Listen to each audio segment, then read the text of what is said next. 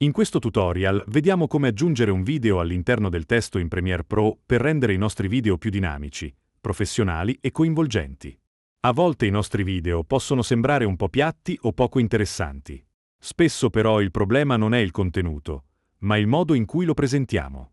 Ed è proprio qui che entrano in gioco le animazioni di testo, piccoli movimenti, transizioni ed effetti capaci di fare una grande differenza. Niente plugin complicati, quindi apriamo Premiere e prepariamoci a sperimentare. Nella timeline iniziamo duplicando il livello del nostro video, in modo da avere due copie identiche su cui lavorare.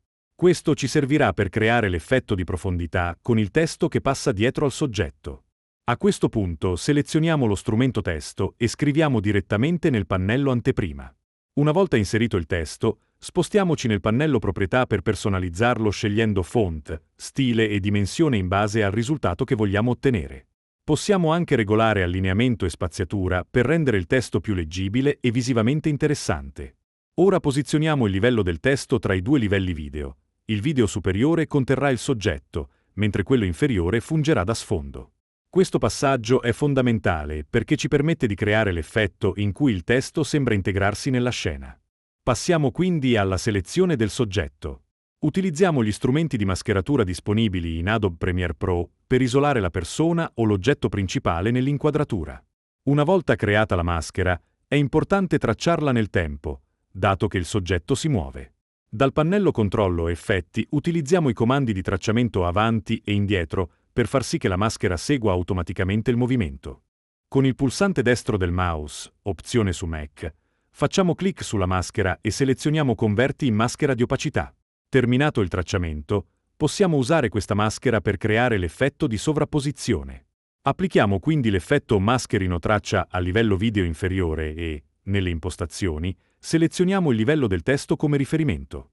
In questo modo il testo verrà ritagliato e apparirà correttamente rispetto al soggetto, dando l'illusione che passi dietro di esso. A questo punto lavoriamo sull'animazione del testo.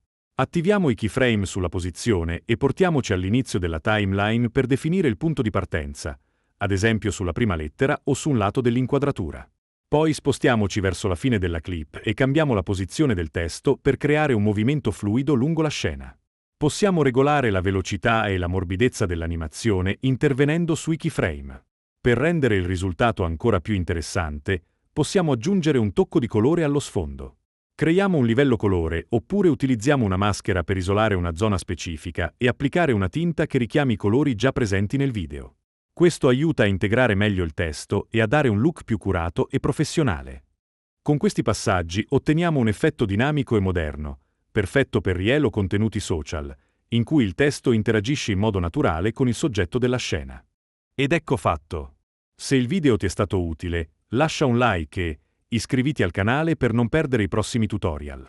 Se hai domande o vuoi approfondire qualche passaggio, scrivilo pure nei commenti.